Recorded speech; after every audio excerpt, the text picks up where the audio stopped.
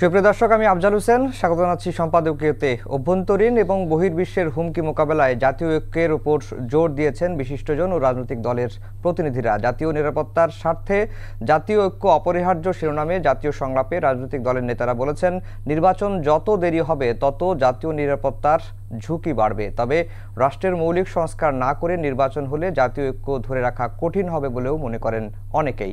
জামায়াত নেতা আব্দুল্লাহ মোহাম্মদ তাহের বলেছেন, ফেব্রুয়ারিতে নির্বাচনে আপত্তি নেই তাদের। বিএনপির মহাসচিব মনে করেন, রাজনৈতিক দলগুলোর মধ্যে মতপার্থক্য থাকলেও ঐক্যবদ্ধ দেশের জনগণ। সমসাময়িক রাজনীতির নানা বিষয় নিয়ে আমাদের আজকের সম্পাদকীয় দেশের নিরাপত্তায় জাতীয় ঐক্যমত্য। আর এসব নিয়ে কথা বলতে আমাদের সঙ্গে স্টুডিওতে উপস্থিত আছেন আশরাফ কায়সার, লেখক ও রাজনৈতিক বিশ্লেষক, এবং আব্দুল হান্নান মাসুদ, সিনিয়র যুগ্ম মুখ্য সমন্বয়ক, জাতীয় নাগরিক পার্টি। দর্শক, আপনারাও এই আলোচনায় অংশ নিতে পারেন। এর জন্য আপনাদের ফোন করতে হবে টেলিভিশনে দেখানো নম্বরে, এছাড়া ফেসবুকের মাধ্যমেও আপনাদের মন্তব্য পাঠাতে পারেন। আলোচনার শুরুতেই জানিয়ে দেব এখনকার প্রধান শিরোনামগুলো। বিএনপিকে সংস্কার বিরোধী বলা অপপ্রচার, রাষ্ট্রকে দুর্বল করার প্রস্তাবে না। পিআর ও আগে স্থানীয় ভোট চাওয়া ষড়যন্ত্র নয়, দলীয় এজেন্ডা, বলছে জামায়াত। জুলাই সনদ ও মৌলিক সংস্কার আটকানোর চেষ্টা, প্রতিরোধের হুঁশিয়ারি এনসিপির। হত্যায় জড়িতদের বিচার চায় দেশের মানুষ, উত্তরাঞ্চলে পদযাত্রায় নেতারা। কারবালা স্মরণে শোক মিছিলে মাতম, পবিত্র আশুরার তাজিয়ায় মানুষের ঢল। ত্যাগ ও অন্যায়ের কাছে মাথা নত না করার শিক্ষায় এগিয়ে যাওয়ার প্রত্যয়। দেশে বর্তমানে জঙ্গিবাদ নেই, মালয়েশিয়ায় অভিযুক্ত 5 জনের বিষয়ে তদন্ত করা হবে, বললেন স্বরাষ্ট্র উপদেষ্টা। দেশে জঙ্গি সম্পৃক্ততা না পাওয়ার দাবি।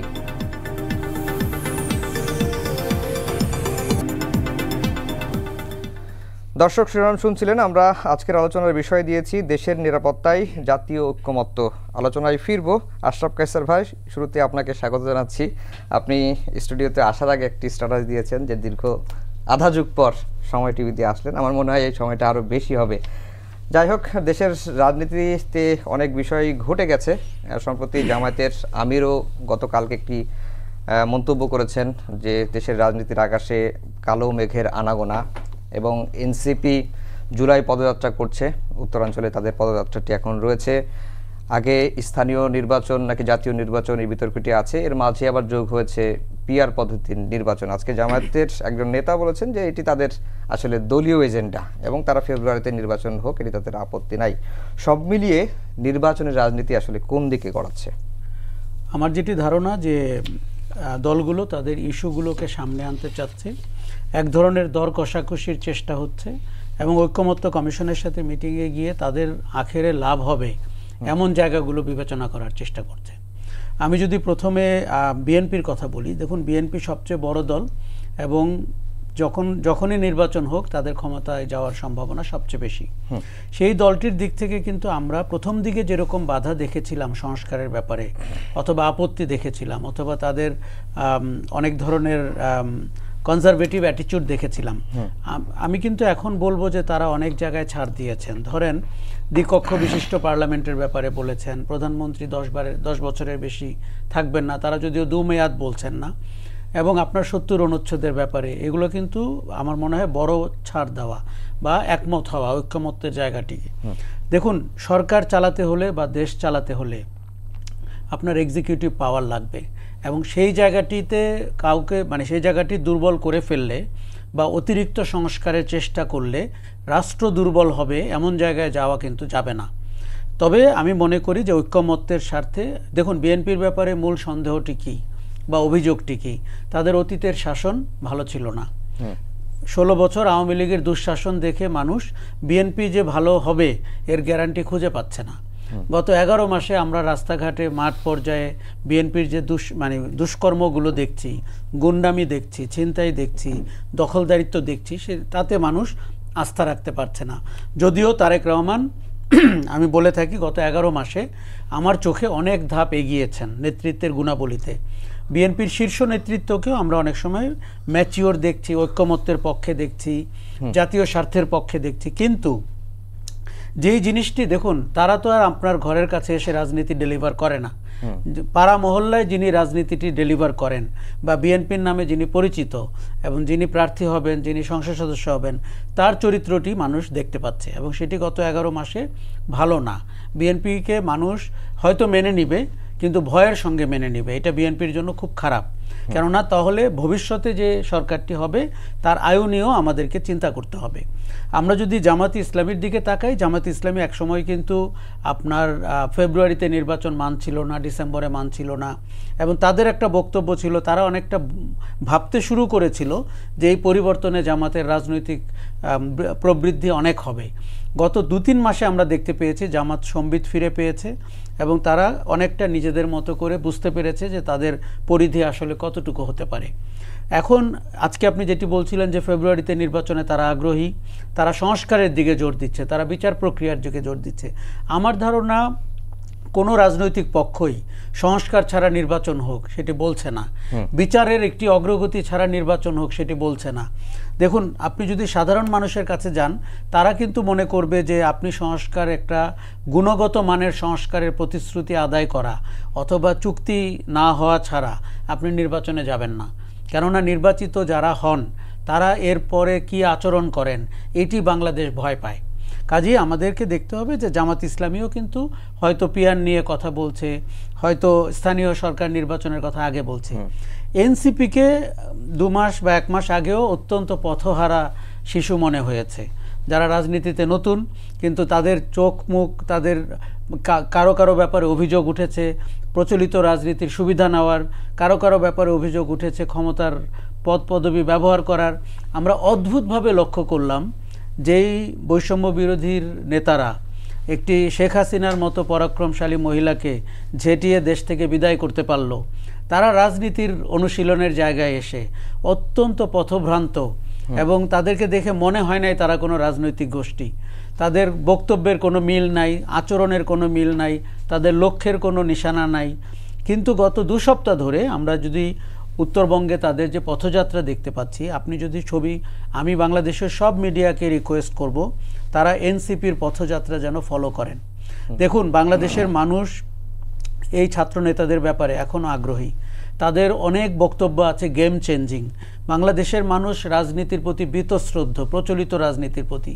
এই কথা বললে আমাদের রাজনীতির বন্ধুরা মন খারাপ করেন, তারা মনে করেন যে বিরাজনীতিকরণের কিছু বললাম। আসলে এটি তো রাজনীতি না। তারা যে রাজনীতি নামে যে অদ্ভুত জিনিস আমাদের জীবনে চাপিয়ে দিয়েছেন, এটি অপরাজনীতি। আপনি অপরাজনীতি করে রাজনীতি করতে পারবেন? এনসিপি যদি 2 সপ্তাহে যা করছে বা গত 1 সপ্তাহে উত্তরবঙ্গে যা করছে, এটি যদি 64টা জেলায় তারা ছড়িয়ে দিতে পারেন, আমার ধারণা তারা নিজেরাও নিশ্চিত হতে পারবেন তাদের রাজনৈতিক ভিত্তিটি কতটা স্ট্রং হলো। জি, আব্দুল হান্নান মাসুদ, পুরনো খেলায় নতুন প্লেয়ার হতে আসেনি, খেলার নিয়ম বদলাতে এসেছি। গতকালকেই নাহিদ ইসলামী কথাটি, বক্তব্যটি দিয়েছেন যে এই 4 মাসে এনসিপি কতটা নিজেদেরকে বদলেছে আর কতটা নিয়ম বদলাতে পেরেছে। ধন্যবাদ। দেখেন, হচ্ছে এনসিপি একটি নতুন দল।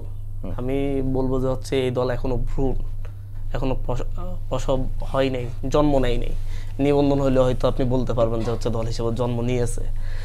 এই ভ্রূণকে যখন হচ্ছে দেখা যাচ্ছে যে হচ্ছে অনেকেই ভয় পাচ্ছে, এই ভ্রূণকে নিয়ে যখন হচ্ছে অনেক ধরনের বিশ্লেষণ হচ্ছে, অনেক ধরনের আলাপ আলোচনা হচ্ছে, বিরোধী দলগুলো, গতানৈতিক যে দলগুলো, তারা ব্যাখ্যা বিশ্লেষণ করছে, প্রশ্নবাণ ছুটছে, তখন আমাদের কাছে মনে হয় আমরা সঠিক লাইনে আছি। আসলে আমরা সেই জুলাইয়ে আমাদের মেইন কথাটাই ছিল যে রাজনৈতিক ব্যবস্থা রয়েছে, এই ব্যবস্থার আমরা পরিবর্তন করব, নতুন একটা রাজনৈতিক ব্যবস্থা তৈরি করব। সেই রাজনৈতিক ব্যবস্থার স্বপ্ন নিয়ে আমরা ভেবেছিলাম যে রাজনৈতিক দলগুলো দীর্ঘ সময় ধরে আওয়ামী লীগের বিরুদ্ধে লড়াই করছে, তারা হয়তো নতুন রাজনৈতিক ব্যবস্থা তৈরিতে সহযোগিতা করবে, এগিয়ে আসবে। অপেক্ষা করেছিলাম, সময় নিয়েছিলাম। 7 মাস আর 6 মাস, 7 মাস 8 মাস পরে আমাদের মনে হলো যে হচ্ছে তারা আসলে বাধাগ্রস্ত করছে। তারা নতুন রাজনৈতিক ব্যবস্থা তৈরির ক্ষেত্রে তো আন্তরিক নয়ই বটে, বরং সেই জায়গায় নতুন রাজনৈতিক ব্যবস্থা যেন তৈরি হইতে না পারে, নতুন নিয়ম নীতি যেন তৈরি হতে না পারে, সেই ক্ষেত্রে বাধা সৃষ্টি করছে। তখন আমাদের মনে হয়েছে যে লড়াইটা দীর্ঘ। আমরা যত সহজ লড়াই ভেবেছিলাম, যে জুলাই পরবর্তী মাইন্ডসেট সকল মানুষের, তরুণ প্রজন্মের এবং হচ্ছে অরাজনৈতিক যে মানুষগুলো যারা হচ্ছে রাজনীতি থেকে দূরে ছিল তাদের যে মাইন্ডসেট, সেই মাইন্ডসেটটা রাজনৈতিক দলগুলো গ্রহণ করতে সক্ষম হবে আওয়ামী লীগের পরিণতি থেকে। কিন্তু 6 মাস 7 মাস পরে আমাদের মনে হলো তারা সেটা করছে না। তখন মনে হলো এই দায়িত্বটা হয়তো আমাদেরই, যেহেতু আমরা মানুষকে ডেকেছি, মানুষ আমাদের ডাকে সাড়া দিয়েছে, রাস্তায় নেমেছে, গুলি বুকে নিয়েছে এবং তারা পরিবর্তনের স্বপ্ন দিয়েছে। সেই পরিবর্তনটার জন্য আমাদেরকে লড়াই করতে হবে। এই জায়গায় এসে আমরা দেখছি যারা যেই খেলায় অভ্যস্ত সেই খেলা খেলতে প্রস্তুত। তারা অভ্যস্ত অপরাজনীতির খেলায়, তারা অভ্যস্ত লাঠিয়ালের রাজনীতির খেলায়, তারা অভ্যস্ত দখলদারি চাঁদাবাজির রাজনীতিতে। সেই নিয়ম নীতির রাজনীতি ভেঙে আমরা নতুন নিয়ম তৈরি করার কথা বলছি। সেটা নিয়ে মূলত হচ্ছে ঐক্যমত কমিশনে প্রতি একদিন পরপর যেই হচ্ছে 8 ঘন্টা 10 ঘন্টা করে যেই বার্গেনিং হয়, সেটা কিন্তু হচ্ছে খেলার নিয়ম বদলানোর বার্গেনিং। যে এই খেলার নিয়ম বদলাতে হবে, খেলার নিয়ম বদলান, দেখবেন বাংলাদেশের অনেক কিছুর পরিবর্তন হয়ে যাবে। তখন আর রেফরি কোনো দলের পক্ষ নিবে না, সাইড রেফরিও কোনো দলের পক্ষ নিবে না, সবাই নিরপেক্ষ দায়িত্ব পালন করবে। তখন দেখা যাবে হচ্ছে সকলের শক্তি প্রয়োগ করে তাদের খেলার যে যোগ্যতা সেটা নিয়ে খেলতে নামলে কে জিতবে সেটা দেখা যাবে। বাট সেই পরিবর্তনের পক্ষে কতটা রাজনৈতিক দলগুলো আন্তরিক সেটা নিয়ে আমাদের প্রশ্ন রয়ে যাচ্ছে। আমরা দেখছি আজকে জুলাইয়ের প্রায় 1 বছর পূর্ণ হতে যাচ্ছে। 1 বছর পরও এসে 1 বছর পার না হতে হয়ে আমরা যখন দেখি যে হচ্ছে আমাদের বিরোধী দলীয় নির্যাতিত নেতা যারা দীর্ঘদিন গুমের শিকার হয়েছিলেন, সেই ব্যক্তির মুখ থেকে যখন আমরা দেখি বের হচ্ছে জুলাই সনদ সংবিধানে লিপিবদ্ধের পক্ষে আমরা নয়, রাজনীতিতে আবেগের জায়গা নেই। আমাদের একটা কথা তখন আমাদের কাছে মনে হয়, এই আবেগ যদি না থাকতো তাহলে সেই ভারত থেকে, শিলং থেকে বাংলাদেশে আসা আপনার হতো না। এটা আবেগ, এই আবেগটাকে সম্মান দিয়ে সংবিধানে লিপিবদ্ধ করতে হবে। কারণ আওয়ামী লীগ জুলাইকে জঙ্গি হামলা বলতেছে, অনেক ক্ষেত্রে দাঙ্গা বলতেছে, জুলাইয়ের দাঙ্গা বলতেছে। অনেক ক্ষেত্রে দেখা যাচ্ছে যে হচ্ছে আপনাদের দলের অনেকেই আবার হুমকি ধামকি দিচ্ছে যে যদি হচ্ছে তাদের সাথে সমঝোতায় না আসে। আমরা দেখলাম যে সেদিনে গতকালকে একজন পোস্ট দিল, তাহলে হচ্ছে আওয়ামী লীগকে একটু সুযোগ করে দিবে, এদেরকে রাস্তায় ফিসে মেরে ফেলবে। এই ধরনের যখন হুমকি দামকি দেয় তখন আমরা ভয় পাই। আসলে কতটুকু কি আমরা যখন দেখতেছি 6 মাস 7 মাস না যেতেই রাজনৈতিক স্বার্থের জন্য কথায় কথায় আমাদের গায়ে হাত তোলা হচ্ছে, সেটা শুধু আওয়ামী লীগের পক্ষ থেকে না আপনাদের পক্ষ থেকেও, তখন আমাদের মনে হচ্ছে যে অবশ্যই জুলাইকে আপনি সংবিধানে লিপিবদ্ধ করতে হবে। মৌখিক আশ্বাসে বিশ্বাসী নয়, কারণ হচ্ছে মৌখিক আশ্বাস দিয়ে আপনারা বারবার সেই আশ্বাস ভঙ্গ করেছেন। আজকে আমাদের অনেকগুলো বিষয় নিয়ে বারবার বসতে হচ্ছে। আপনার প্রধানমন্ত্রীর মেয়াদ কতদিন হবে সেটা নিয়ে বসতে হচ্ছে। কেন 31 দফাতেই তো ছিল প্রধানমন্ত্রীর মেয়াদ কতদিন হবে, 31 দফাতেই ছিল, 2বারের বেশি কেউ প্রধানমন্ত্রী হতে পারবে না। তাহলে কেন হচ্ছে সেটাকে আপনি আবার এত বার্গেনিং করে 3-4 দিন ঐক্যমত কমিশনের সময় নষ্ট করলেন? আপনার কেন হচ্ছে নির্বাচন কমিশন স্বাধীনভাবে নিয়োগের ব্যবস্থা করা হবে, নিয়ম তৈরি করা হবে, দুর্নীতি দমন কমিশন স্বাধীনভাবে যেন হচ্ছে কাজ করতে পারে, নিয়োগের ব্যবস্থা তৈরি করা হবে, এগুলো তো আপনার 31 দফাতেই ছিল। কেন সেটা নিয়ে এখন আপনারা এখনো প্রধানমন্ত্রীর হাতে সেই ক্ষমতা রাখতে চাচ্ছেন, দুর্নীতি দমন কমিশন কিংবা হচ্ছে আপনার নির্বাচন কমিশন নিয়োগের যেই ক্ষমতাটা সেটা কেন রাখতে চাচ্ছেন? 31 দফার সাথেই তো আপনারা সমন্বয় করে কাজ করছেন না। সেটা যদি মেনে চলতেন তাহলে আজকে ঘন্টার পর ঘন্টা ঐক্যমত কমিশনে বসে বসে আলাপ করা লাগতো না। ঠিক আছে, আমরা যে 31 দফা দিয়েছি সেটার উপর অটল আছে, আর কিছু সমন্বয় করতে হলে করে আসেন, সেটা থেকেও সরে যাচ্ছেন। কারণ মনে হচ্ছে এখন ক্ষমতায় যাবেন, ক্ষমতা খুব কাছাকাছি মনে হচ্ছে, এই ক্ষমতায় টিকে থাকতে হবে দীর্ঘদিন ধরে। আমরা দেখছি যে অনেক নেতারা বলে যে হচ্ছে নির্বাচনের মাধ্যমে আগামী 30 বছর বিএনপি ক্ষমতায় থাকবে। তখন আমাদের কানে শেখ হাসিনার কথা বাজে যে আগামী 41 সাল পর্যন্ত নির্বাচনের মাধ্যমে আওয়ামী লীগ ক্ষমতায় থাকবে। নির্বাচন তো হয়েছে প্রত্যেকবারই, 14 তো হয়েছে, 18 তো হয়েছে, 24-এও হয়েছে, কিন্তু সেই নির্বাচনটা কেমন হয়েছে সেটা হচ্ছে বড় প্রশ্ন। এইরকম নির্বাচনের মাধ্যমে ক্ষমতায় থাকার জন্য কি নির্বাচন কমিশন আপনাদের মন মতো করার চেষ্টায় আছেন? সর্বোপরি একটা কথাই, যতই স্বপ্ন দেখে, যতই বলুক যে নির্বাচন খুব ভালোভাবে মনে হচ্ছে যে হচ্ছে আমরা খুব সহজে সংসদে চলে যাচ্ছি, খুব সহজে ক্ষমতায় চলে যাচ্ছি, এত সহজ না। আমার মনে হয় যে একটু ভাবার দরকার, সেই হচ্ছে 86 থেকে 91 5 বছরের ব্যবধানে আওয়ামী লীগের পরিণতি ভাবার দরকার আছে। সেই এই দেশের মানুষকে কথা দিয়েছিল, আমি আর 1 মিনিট বলবো, এই দেশের মানুষকে তখন বলছিল যে হচ্ছে যারা এরশাদের অধীনে নির্বাচনে যাবে তারা বেঈমান প্রতারক। কিন্তু তারপরে শেখ হাসিনা এরশাদের অধীনেই নির্বাচনে গিয়েছিল, তার পরিণতি এই দেশের মানুষ শিক্ষা কিন্তু 1991 সালে দিয়ে দিয়েছে। এদেশের মানুষ আওয়ামী লীগের এত জনসমর্থন থাকা সত্ত্বেও ভোট ব্যাংক খালি হয়ে গিয়েছিল, বিএনপিকে ক্ষমতায় দিয়েছিল শুধুমাত্র সেই প্রতারণার জন্য। বিএনপির অতীতগুলো মনে রাখা দরকার। 14 সালে নেতাকর্মীরা বেগম জিয়ার পক্ষে অবস্থান না নিয়ে তার বাড়ির সামনে ট্রাক না সরিয়ে ঘরের ভিতর লুকিয়েছিল। 18 সালে রাতের ভোটে বেগম জিয়া 18 সালে মার্চে যখন কারাগারে যান তখন বলে গিয়েছেন সংবাদ সম্মেলন করে, আওয়ামী লীগের অধীনে, শেখ হাসিনার অধীনে কখনো বিএনপি নির্বাচনে যাবে না। কিন্তু এই নেতাগুলো বেগম জিয়ার কথার সাথে প্রতারণা করেছে, তারা রাতের ভোটে গিয়েছে।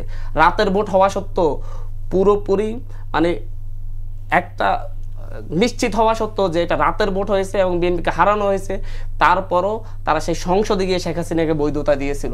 বৈধতা দিয়ে সেই সংসদকে 2024 সাল পর্যন্ত দীর্ঘায়িত করেছিল। এই দেশের মানুষ ফ্যাসিবাদের কষাঘাতে জর্জরিত হয়েছিল। আপনারা তখন আন্দোলন করেন নাই, মানুষ ভুলে যায় নাই। বারবার আওয়ামী লীগের সাথে আন্দোলন করে না, এটি আসলে বারবার সেরকম আন্দোলন গড়ে না তুলে রাতের ভোটকে বৈধতা দেওয়া হয়েছে। 86-তে যেমন আওয়ামী লীগ এরশাদের নির্বাচনকে বৈধতা দিয়েছে, 2018 সালে বিএনপি আওয়ামী লীগের রাতের ভোটকে বৈধতা দিয়েছে। আব্দুল হান্নান মাসুদ, আপনার কাছে আবার আসবো। আগামী নির্বাচনে এই দেশের মানুষ দেখাবে ইনশাআল্লাহ। অনেকগুলো প্রশ্ন।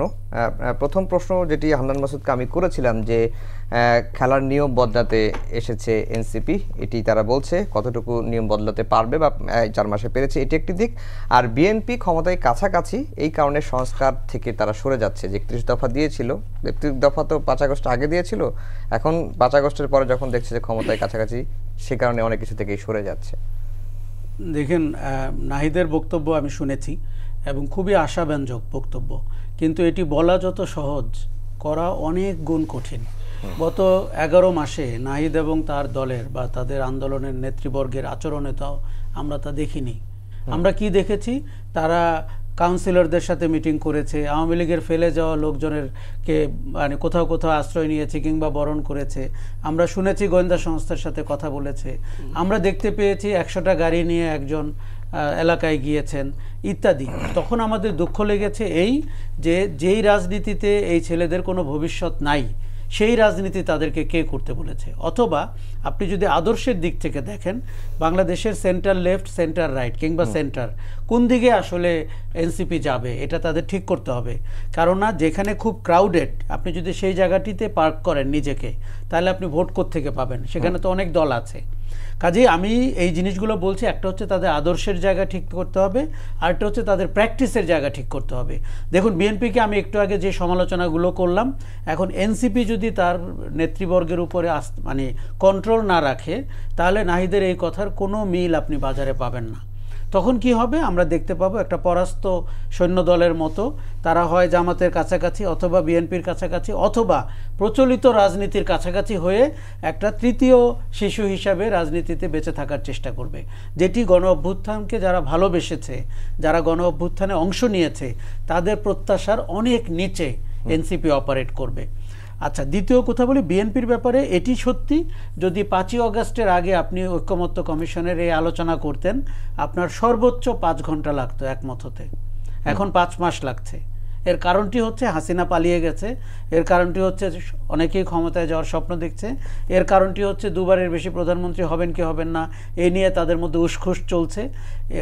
এখান থেকে তাদেরকে বেরোতে হবে। দেখুন, বাংলাদেশের ইতিহাস বলে, যারা দীর্ঘমেয়াদে ক্ষমতায় থাকার স্বপ্ন দেখেছিল এবং পরিকল্পনা করেছিল কিংবা কুপরিকল্পনা করেছিল, তারা কিন্তু থাকতে পারেনি।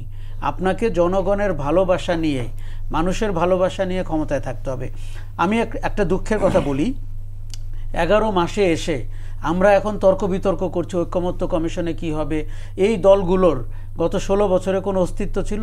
কোনো একটি দলের সব শীর্ষস্থানীয় নেতাদেরকে ফাঁসিতে ঝোলানো হয়েছিল, বিএনপির লোকরা আত্মগোপন করেছিল। আমি 28শে অক্টোবর বিএনপির মিটিংয়ে গিয়েছিলাম পর্যবেক্ষক হিসাবে দেখতে। আমার কাছে মনে হয়েছিল 2 লক্ষ 3 লক্ষ লোক ঢাকায় এনে নেতৃত্বের কি চরম ব্যর্থতা, তারা বলতেও পারলেন না তাদের পরবর্তী কর্মসূচি কি। আচ্ছা, এখন ঘটনা হচ্ছে যে এনসিপি সহ এই দলগুলো যদি সর্বক্ষণ এবং 44টি 50টি দল মিলিয়ে আপনি যদি পুঙ্খানুপুঙ্খ বিশ্লেষণ শুরু করেন, এগুলো মানুষের কাছে মোটেই পছন্দের হচ্ছে না। দেখুন, বাংলাদেশের মানুষ আমার মনে হয় 90% সক্রিয় রাজনীতির বাইরের মানুষ। তারা ভোট দিতে পছন্দ করেন, গণতান্ত্রিক চর্চা দেখতে পছন্দ করেন, সংসদে জবাবদিহিমূলক হবে, সরকার জবাবদিহিমূলক হবে, তাই তো? তাদের কাছে আপনার দরকার হচ্ছে ভবিষ্যৎ বাংলাদেশের পথরেখা, বাংলাদেশের রাষ্ট্র কিভাবে পরিচালিত হবে, আমাদের নিরাপত্তার ঝুঁকিগুলো কি করে বিবেচনা করবেন, এবং বাংলাদেশের অর্থনীতি এবং তরুণদেরকে কর্মসংস্থান কি করে দিবেন, সেই আলোচনা নিয়ে আপনি 5 মাস আলাপ করতে পেরেছেন? 5 ঘন্টাও আলাপ হয়নি। 5 মাস ধরে কি আলাপ হচ্ছে? ক্ষমতায় গেলে কে কিভাবে থাকবেন, কিভাবে সংস্কার করবেন, এগুলো নিয়ে আপনার দেখুন 16 বছরের অভিজ্ঞতার পরে দলগুলো এই বালখিল্য আচরণ করছে নিজেদের ক্ষুদ্র স্বার্থের জন্য। এটি একটি ভয়াবহ বাস্তবতা। এখন আমাদের ভবিষ্যৎ বাংলাদেশের পথরেখার দিকে তাকাতে হবে। আপনি নিরাপত্তার ঝুঁকির কথা বলছিলেন, অভ্যন্তরীণ এবং বহির্বিশ্বের। আওয়ামী লীগের মতো একটি ফ্যাসিস্ট দলকে, যাদের জন্ম থেকে ফ্যাসিজমের অভিজ্ঞতা রয়েছে, যারা 72-75-এ ফ্যাসিজম দেখিয়েছে, যারা গত 16 বছর দেখিয়েছে, তাকে ক্ষমতার বাইরে রেখে, নির্বাচনের বাইরে রেখে, রাজনীতির বাইরে রেখে আপনি একটি দিনও কি স্বস্তিতে কাটাতে পারবেন? I seriously doubt. আমি তাদের যে তৃতীয় কিংবা চতুর্থ সারির সমর্থক, মুখোশধারী শিল্পী, সাহিত্যিক, সাংবাদিকদের অবস্থা দেখছি, তাতে আমি ভীত যে ওই লোকগুলো যদি কখনো আবার মানে অ্যারোসল খাওয়া মশা থেকে আবার সুস্থ হতে পারেন, তারা কি কর্মকাণ্ড করবেন। আপনি ভারতের উপস্থিতি ভুলে যেন না। ভারত যেভাবে চপটাঘাত খেয়েছে বাংলাদেশে, গত 3টি পচা নির্বাচনকে ভারত যেভাবে স্বীকৃতি দিয়েছে, আওয়ামী লীগকে ক্ষমতায় বসিয়েছে, বাংলাদেশের অভ্যন্তরীণ রাজনীতিতে নাক গলিয়েছে, ভারতের ব্যাপারে আমরা কিন্তু এখনও বহির্বিশ্বে বা জাতিসংঘে অভিযোগ করিনি। তারা একটি গণতান্ত্রিক রাষ্ট্র আরেকটি গণতান্ত্রিক রাষ্ট্রের গণতান্ত্রিক প্রক্রিয়া নস্যাৎ করেছে, আমাদের অর্থনীতিকে পঙ্গু করতে চেষ্টা করেছে, আমাদের ভেতর দিয়ে ট্রান্সশিপমেন্ট পেয়েছে, কিন্তু ওই সরকারের লোকজন আপনার ট্যারিফ আদায় করতে পারেনি। কাজেই ভারতের মতো এরকম ঝানু একটা প্রতিবেশী যদি আপনার থাকে, যেটি গত 11 মাসে অন্তত 200 বার চেষ্টা করেছে বাংলাদেশকে নাজুক করতে, সেটি ইসকন দিয়ে হোক, সেটি আনসার দিয়ে হোক, সেটি এনবিআর দিয়ে হোক, কাজেই আপনি নিরাপত্তার ঝুঁকি কিন্তু আমি সাংঘাতিকভাবে টের পাচ্ছি। দেখুন আমি যখন এই যে আজকে একটি প্রোগ্রামে এটি উঠে এসেছিল যে নির্বাচন যত দেরি হবে জাতীয় নিরাপত্তার ঝুঁকি তত বাড়বে, এটি কি? দেখুন এই কথাটি আমি নিজেও বলি। আমি কখন বলি, যেই সরকারটি অন্তর্বর্তী সরকার, তাকে আমরা যেই ভূমিকায় দেখতে চেয়েছিলাম, যেই কঠোরতা এবং তাদের উপদেষ্টাদের মনোনয়ন কিংবা বেছে নেওয়াটা যেরকম সারাশি হওয়া দরকার ছিল, তার কিছুই হয় নাই। সরকারটিকে আমরা একটি অদ্ভুত সরকার হিসেবে দেখছি। কিছু রিটায়ার্ড লোক কোথায় বসেছিলেন, এই যে আপনি একটু আগে স্বরাষ্ট্র উপদেষ্টাকে দেখালেন, এই লোকের কথা বোঝা এবং এর হাতে জাতীয় নিরাপত্তা, আমাদের ভাবতেও রাতে ঘুম হারাম হয়ে যাবে। কাজেই সরকারটি এত নাজুক, এত দুর্বল এবং এতটা বেখেয়ালি, তারপরে মনে হয় যে নিরাপত্তার ঝুঁকি বিবেচনা করলে নির্বাচন হওয়া ভালো, নির্বাচিত সরকার থাকা ভালো।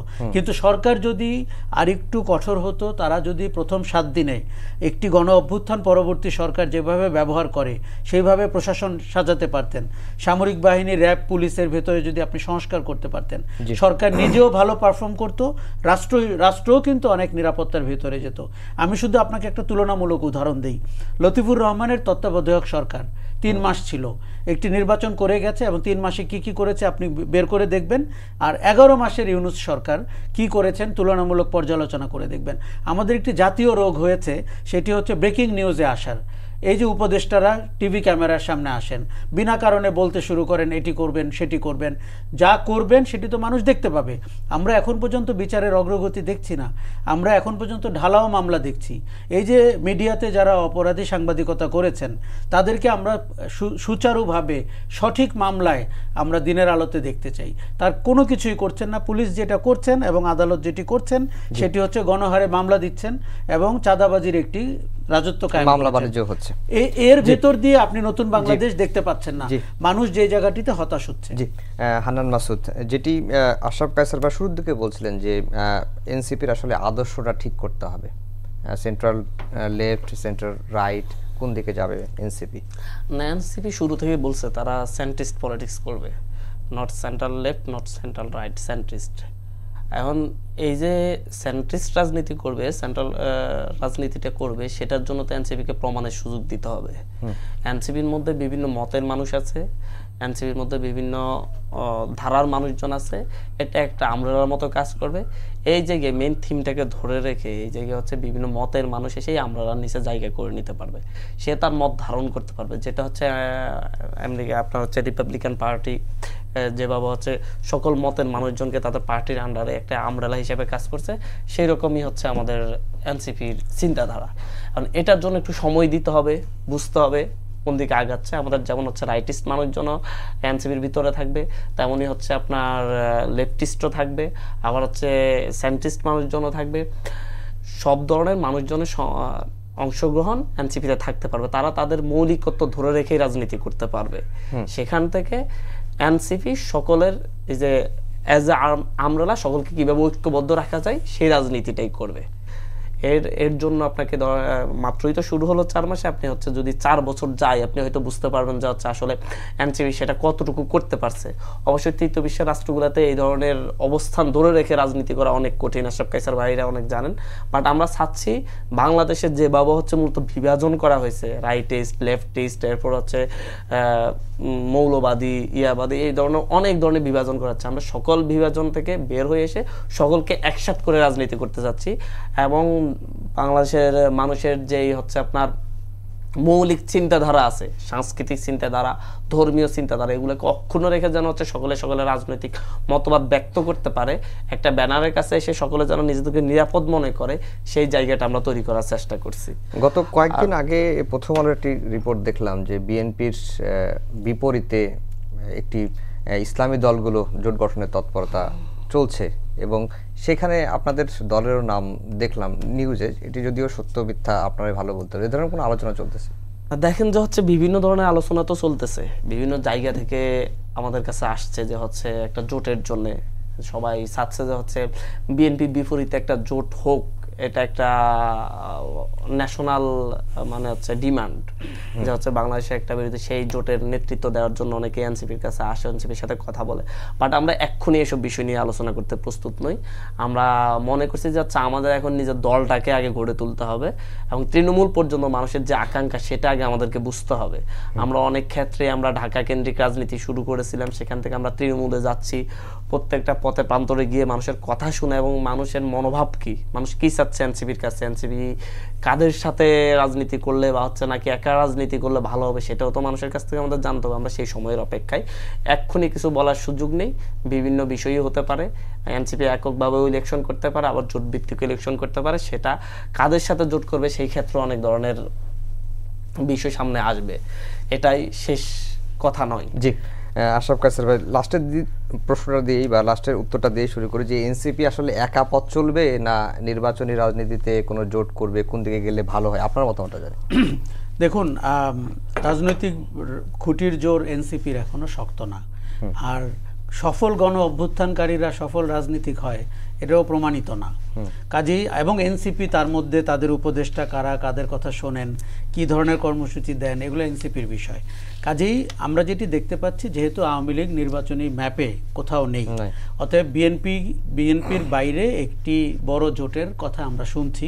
আমরা গণ অধিকার পরিষদকে সেদিন জামাতের সাথে মিটিং করতে দেখেছি, এবং চরমোনাইয়ের সাথে জামাতকে মিটিং করতে দেখেছি। ইসলামী আন্দোলন রয়েছে, এনসিপির কারো কারো বক্তব্য এবং এনসিপির কোনো ব্যক্তির সাথে এই রাইটিস্টদের, ডানপন্থীদের সম্পর্ক আমরা গুরুত্বের সাথে দেখি। কাজেই এরকম একটি জোটে এনসিপির যাওয়ার সম্ভাবনা তৈরি হচ্ছে। আবার এনসিপি যদি এই পদযাত্রা 64টা জেলা করে তারা যদি সত্যিই মানুষের সুর ধরতে পারেন এবং তারা যদি মনে করেন যে এককভাবে নির্বাচন করলে তারা ভালো করবেন, সেই পথেও যেতে পারেন। এই পদযাত্রার বয়স মাত্র 7 দিন, এনসিপিকে আরও 6 মাস 5 মাস এই কাজ করে বুঝতে হবে তাদের রাজনৈতিক ভাষাটি কী হবে এবং তাদের রাজনৈতিক অবস্থানটি কী। তবে আমি যেটি মনে করি যে আওয়ামী লীগকে আমি ইতিহাসের অংশ মনে করি, এবং আওয়ামী লীগ ধীরে ধীরে মুসলিম লীগের দিকে চলে যাবে, কারণ ইতিহাসে গণহত্যা করে অপশাসন করে রাজনৈতিক দল হিসেবে টিকে থাকার সুযোগ খুব কম। বাংলাদেশ আওয়ামী লীগ 76 বছর বয়সী দল, তাদের 36 দিন লাগলো পালিয়ে যেতে, একটা 36 দিনের আন্দোলনকে তারা মোকাবেলা করতে পারলো না। এই ব্যর্থতা আওয়ামী লীগের নেতৃত্বকে নিতে হবে। দেখুন, ভদ্র সমাজে হলে আপনি ওই দলের সভানেত্রী বা সভাপতিকে পদত্যাগ করতে দেখতেন, প্রথম সারির লোকদেরকে আত্মসমালোচনা করতে দেখতেন। কিন্তু যেহেতু আমাদের রাজনীতির চর্চাটি অভদ্র এবং সংস্কৃতিটি অভদ্র, এই জন্য তারা ষড়যন্ত্র বলছেন, এই হান্নান মাসুদদেরকে জঙ্গি বলছেন, সন্ত্রাসী বলছেন, কিশোর গ্যাং বলছেন। এগুলো অপরাজনীতির ভাষা। আওয়ামী লীগ যতদিন এইসব করতে থাকবে এবং যতদিন ডিনায়ালে থাকবে, যতদিন তাদের অনুশোচনা হবে না এবং তাদের সমর্থকরা দোষারোপ করতে থাকবেন, ততদিন আওয়ামী লীগের প্রায়শ্চিত্ত করার সময়। এবং আমি ধরে নিচ্ছি যে এই রাজনীতিতে আওয়ামী লীগ আর নাই। তারা চোরাগুপ্তা আক্রমণ করবে, ষড়যন্ত্র করবে, কোথাও কোথাও এই এনসিপির সাথে, বিএনপির সাথে, জামাতের সাথে মানে নির্বাচনী জোট হিসেবে বা নির্বাচনী অংশগ্রহণ করার চেষ্টা করবে। তাদের টাকা পয়সা আছে, তাদের প্রভাব প্রতিপত্তি আছে। কাজেই নতুন মানচিত্রে, রাজনীতির যে নতুন মানচিত্র, সেটিকে আমরা যেভাবে দেখেছিলাম যে গণ অভ্যুত্থানের শক্তি, তাদের কিন্তু বড় আকারে রাজনীতি করার একটি সুযোগ তৈরি হয়েছে। এবং বাংলাদেশের ইতিহাসে প্রথম আওয়ামী লীগবিহীন নির্বাচন হওয়ার সম্ভাবনা তৈরি হয়েছে, আওয়ামী লীগবিহীন রাজনীতি হওয়ার সম্ভাবনা তৈরি হয়েছে। এখন এনসিপিকে ঠিক করতে হবে। তারা যদিও হান্নান মাসুদ বলছিলেন সেন্ট্রিস্ট, এটি তাদের আরও পরিষ্কার করতে হবে। দেখুন, আপনি যদি সব মতের লোককে নিয়ে আমব্রেলা মঞ্চ করেন, প্ল্যাটফর্ম করেন, কর্মসূচি দেওয়ার সময় আপনি কি করবেন? এনসিপির দুটি জায়গা আমি আপনাকে বলি। নারীদের উপরে যখন হেনস্থা হচ্ছিল, তখন বাংলাদেশের নারীরা যেটা আশা করেছিলেন এনসিপির কাছে, এনসিপিকে আমরা সেই অবস্থায় দেখতে পাইনি। কেননা মানে এই যে মানে ধর্মের নাম ব্যবহার করে একটি গোষ্ঠী যে রাজনীতি করার চেষ্টা করে এবং বাংলাদেশকে পিছিয়ে রাখার চেষ্টা করে, নারীদেরকে কর্মক্ষেত্রে অংশগ্রহণ না করার জন্য মানে মতবাদ প্রচার করে, সেখানে এনসিপির অবস্থান কি? এখন আপনি যদি চতুর্মুখী আদর্শের লোককে জড়ো করেন, আপনি কি কর্মসূচি দিবেন? দেখুন, রাজনৈতিক দল ইজ অল অ্যাবাউট কর্মসূচি। আপনি ওই বিষয়ে কি স্ট্যান্ড নিচ্ছেন? এনসিপিকে পরিষ্কার স্ট্যান্ড নিতে হবে। তারা যদি মনে করে থাকে তারা যারা এই ধরনের কাজ করে তাদের অংশ, ইটস ফাইন, তারা তাদের রাজনৈতিক ভবিষ্যৎ ওইভাবেই দেখবেন। কাজেই আমার মনে হয় যে আরেকটা জিনিস বলি আপনাকে, ভোটের রাজনীতিতে আমি জানি যে এনসিপি বা জামাতকে গত কয়েক সপ্তাহ ধরে মনে হচ্ছিল তারা নির্বাচনের সময়কালটিকে একটু পেছাতে চান। তারা স্থানীয় সরকারের কথা আগে বলছেন এবং তারা বলছেন সংস্কার না হলে, বিচার না হলে নির্বাচন হওয়া যাবে না। খুব ভালো বোঝা যাচ্ছে, বিশেষ করে এনসিপির ক্ষেত্রে, যেহেতু তাদের সংগঠন দাঁড় করাতে হবে। এখন জামাতকেও আমরা দেখতে পাচ্ছি আজকে হয়তো পরিষ্কার আবার ফেব্রুয়ারির কথা বললো, কিন্তু নির্বাচন নিয়ে একটা অনিশ্চয়তা বলেছে, কিন্তু নির্বাচন নিয়ে অনিশ্চয়তা আছে। এই সময়কালটিকে যদি ব্যবহার করা যায়, আমার মনে হয় রাজনীতির পরিভাষায় আমি যতটুকু বুঝি, আপনার খুব অল্প সময়ের মধ্যেও শক্ত রাজনৈতিক অবস্থান দাঁড় করানো যায়। আপনি যদি আপোষহীন হন এবং আপনি যদি জানেন কোন ইস্যুতে আপনার অবস্থান কি। জি, লাস্টে যে দুটি পরামর্শ ভাই দিয়েছেন বা দুটি বিষয় জানতে চেয়েছেন, যে নারীদের উপর হামলা যখন হয়েছিল তখন এনসিপির কার্যকর ভূমিকা তিনি দেখেননি, এবং একটি প্ল্যাটফর্মে যখন সকল মতের লোকজন থাকে তখন কর্মসূচি দেওয়ার ক্ষেত্রে অনেকটা কঠিন হয়ে পড়ে। না, দেখেন হচ্ছে কর্মসূচি দেওয়ার ক্ষেত্রে কঠিন হওয়ার বিষয় না। আমাদের তো নিজস্ব একটা কর্মসূচি থাকবে, দলীয় কর্মসূচি। সেই দলীয় কর্মসূচিতে সম্মান জানিয়েই সকল মতের মানুষ এই প্ল্যাটফর্মে একত্রিত হবে। এখন বিষয়টা হচ্ছে আমরা বলছি যে হচ্ছে কালচারাল ইন্টিগ্রিটি, রিলিজিয়াস ইন্টিগ্রিটি রেখেই আমরা সামনে রাজনীতি করতে যাচ্ছি। আমাদের এই ইন্টিগ্রিটির বাইরে গিয়ে আমরা তো বারবার দেখছি হচ্ছে আওয়ামী লীগ যেমন হচ্ছে আমাদের রিলিজিয়াস ইন্টিগ্রিটিতে বারবার আঘাত করেছে, কালচারাল ইন্টিগ্রিটিতে আঘাত করেছে, বিভিন্ন সময় ইসলামিক বিভিন্ন গোষ্ঠীও বারবার বাংলাদেশের কালচারাল ইন্টিগ্রিটিতে আঘাত করেছে। আমরা মনে করি না কালচারাল ইন্টিগ্রিটি এবং হচ্ছে রিলিজিয়াস ইন্টিগ্রিটি একটা আর একটা বিরোধী। আমাদের মনে হয় এই দুইটার মধ্যে একটা সমন্বয় রয়েছে নিশ্চয়ই। তো সেই জায়গাটা ধরে রেখে আমাদের সামনে রাজনীতি করতে হবে। এটার জন্য একটা নতুন বিষয় যখন আমরা সামনে হাজির করছি, এখন হয়তো বা এটাকে কঠিন হিসেবে মনে হতে পারে, বাট আমি বলছি যে হচ্ছে আমাদেরকে সেই জায়গায় থিতু হওয়ার সময় দিতে হবে। আমরা যখন কাজগুলো করতে করতে আমরা যখন হচ্ছে একটা পর্যায়ে সে থিতু হতে পারবো, তখন গিয়ে এই বিষয়গুলো আসবে। মাত্রই আমাদের শুরু হয়েছে, যেমন হচ্ছে নারীদের নিয়ে যখন হচ্ছে আমাদের নারীদের নিয়ে যখন হচ্ছে বিভিন্ন ধরনের তৈরি হয়েছিল, বিভিন্ন ধরনের সমস্যা তৈরি হয়েছিল, সমস্যা তৈরি করেছিল একটা গোষ্ঠী, সেই ক্ষেত্রে এনসিপি সরাসরি অবস্থান নিয়েছে, তারা প্রেস বিজ্ঞপ্তি দিয়েছে এবং হচ্ছে কর্মসূচিতে, নারীদের কর্মসূচিতে এনসিপির নেতৃবৃন্দ অংশগ্রহণও করেছে। আমরা দুইটা জায়গাকে ধরে রেখেই আমরা বলছিলাম যে হচ্ছে ইসলামের কথা বললেই যে নারীদের বিরুদ্ধে যাবে সেটা না। আবার হচ্ছে নারীরা তাদের অধিকার চাইলেই সেটা যে হচ্ছে ইসলামের বিরুদ্ধে যাবে সেটাও না। দুইটারই ইন্টিগ্রিটি রয়েছে, সেই দুইটাকে কিভাবে সমন্বয় করে সামনের দিকে আগানো যায় সেই চেষ্টাটাই হচ্ছে এনসিপি রয়েছে। এই ক্ষেত্রে এনসিপির ভবিষ্যতে অনেক লেখনী আসবে, অনেক সাহিত্য আসবে, অনেক আপনার হচ্ছে থাকবে, আমাদের অনেকগুলা কর্মসূচি থাকবে এই বিষয়গুলোকে মানুষের কাছে তুলে ধরার জন্য, মানুষের বোধগম্য করে তোলার জন্য। সেই জায়গাটার জন্য সময় প্রয়োজন, সেই সময়টা আমরা এনসিপি পাই নাই এবং হচ্ছে না পেতেই আমাদেরকে বারবার সমালোচনা করা হচ্ছে। আপনার একটা রাজনৈতিক দল, আমি একটা জায়গায় করতে গেলে সমালোচনা শুনতে হবে। একটা রাজনৈতিক দল ধরুন 54 বছর পরে এসে 54 বছর পরে ক্ষমতায় যাওয়ার কথা চিন্তা করে, বা 50 বছর পরে ক্ষমতায় যাওয়ার কথা চিন্তা করছে 30 বছর ধরে, একটা যেমন জামাত ইসলাম 70 বছর পরে এখনো ক্ষমতায় যাওয়ার কথা ভাবে না। আজকে সময় একেবারে এক মিনিটে বলি, সন্ত্রাসের ব্যাপারেও আমরা এনসিপি কে অবস্থান নিতে দেখি। আমাদের সময় শেষ, সবাইকে ধন্যবাদ জানিয়ে শেষ করছি আমাদের আজকের সম্পাদকীয়। আগামীকাল আবারও দেখা হবে একই সময়ে। শুভরাত্রি।